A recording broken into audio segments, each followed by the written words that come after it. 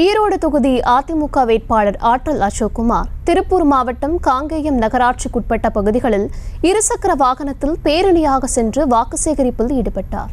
கூடுதல் விவரங்களுடன் இணைகிறார் செய்தியாளர் நித்யானந்தன். வணக்கம், விவரங்களை வழங்கலாம்.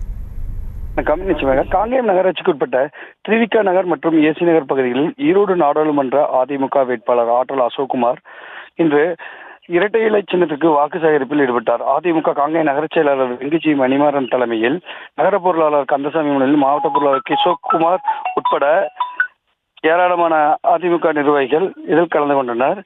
மேலும் ஈரோடு அதிமுக நாடாளுமன்ற வேட்பாளர் ஆற்றல் அசோக்குமார் கோவில் இரட்டை இலை அதிமுக இருக்கும் வரை தமிழ்நாட்டில் மக்கள் நலன் பற்றி சிந்திக்கும் ஒரே கட்சி அதிமுக தான் என்றும், இதற்கு நேர்மாறாக இருக்கும் மக்கள் விரோத ஆட்சி திமுக அரசு என்றும் இதுவரை இந்த மக்கள் நலத்திட்டங்களை செய்யவில்லை. புரட்சித் தலைவர் அம்மா ஆட்சியில் எடப்பாடி பழனிசாமி அவர்கள் ஆட்சியிலும் செயல்படுத்தப்பட்ட எந்த நலத்திட்டங்களையும் திமுக அரசு செயல்படுத்த விடவில்லை. தமிழகத்தில் சாராய ஆலைகள் அதிக அளவில் திமுக இடம்தான் உள்ளது. அதனால் மதுக்கடைகளை மூடுவதாக கூறிவிட்டு அதிக அளவில் மதுக்கடைகளை திறந்து வைத்துள்ளனர்.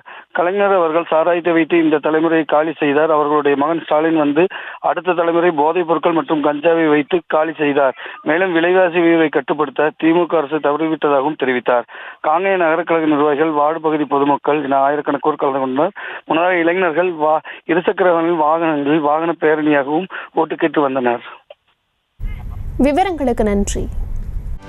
செய்திகளை உடனுக்குடனும் துல்லியமாகவும் தெரிந்து கொள்ள சப்ஸ்கிரைப் பண்ணுங்க.